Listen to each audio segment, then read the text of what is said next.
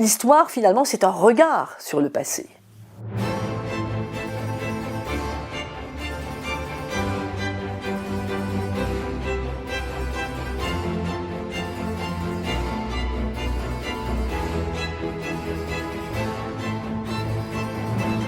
Bien sûr, il y a des phases et des dates, mais ce qui est important, c'est de comprendre comment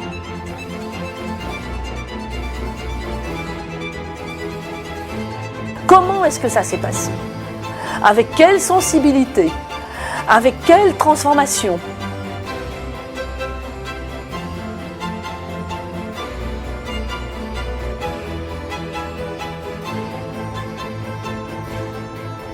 L'histoire est vivante, le podcast d'histoire-géographie des collégiens.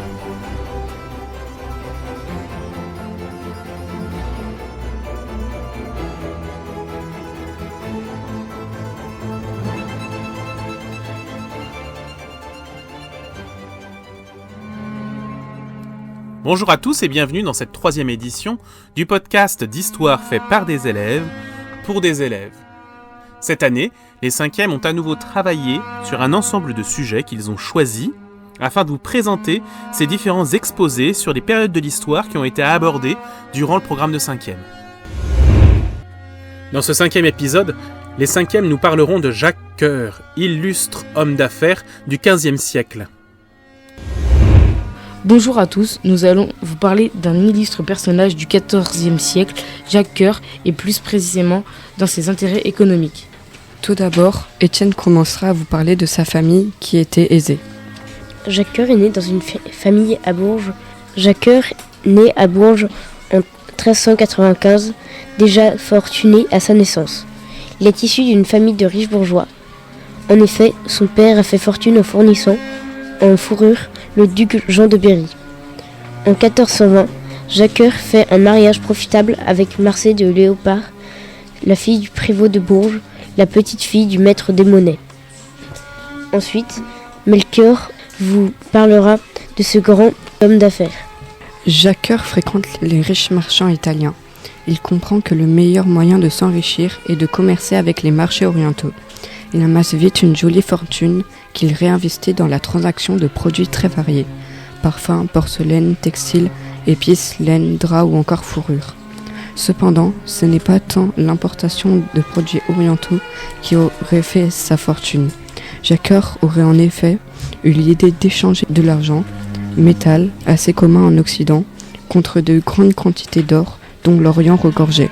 Il achète des seigneuries et fait construire en 1443 un somptueux hôtel particulier à Bourges, le palais Jacques Coeur, qui figurera sur la liste des monuments historiques en 1840. Puis Lenny vous dira comment il a dépensé son argent. Jacques Coeur a profité de la guerre pour développer son commerce. Marchand, négociant, banquier, il est aussi armateur. À la tête d'une flotte d'une 12aine de navires en Méditerranée, il possède un chantier naval à Aigues-Mortes. Il réorganise les finances du roi en instaurant l'impôt direct et l'impôt indirect. Grand ami du pape et de la famille de Médicis, il devient mécène de la Sainte-Chapelle de Bourges, de la chapelle du château de Méun sur Yèvre, de l'église Saint-Ursin de Bourges et surtout, il finance la création de la bibliothèque de la Sorbonne Paris. Et enfin, nous vous dirons comment il est passé de la fortune au pouvoir. Pour Jacques Coeur, la réussite financière est aussi un moyen d'accéder au pouvoir. En 1435, il devient maître des monnaies à Bourges, puis à Paris l'année suivante. En 1439, il atteint le sommet de sa carrière. Charles VII, devenu roi de France, le nomme grand argentier, l'équivalent de ministre des Finances. Jacques Coeur s'occupe alors des dépenses quotidiennes du souverain et de l'équilibre financier du royaume. En 1450 et 1451, Jacques Coeur met sa fortune au service du roi pour aider la reconquête de la Normandie qu'occupent les Anglais. Mais prêter de l'argent au roi de France et devenir ainsi son créancier, c'est assez risqué.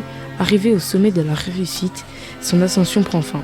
Accusé d'avoir trahi le roi et impressionné sa maîtresse, il est emprisonné et on lui confisque tous ses biens.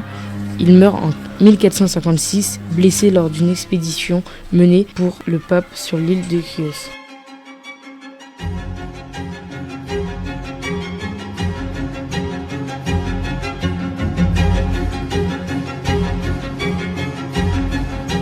Ce podcast a été entièrement réalisé par les élèves de la classe de 5e qui ont choisi les sujets, réalisé le travail de recherche, rédigé les dialogues et enregistré l'émission que vous venez d'entendre.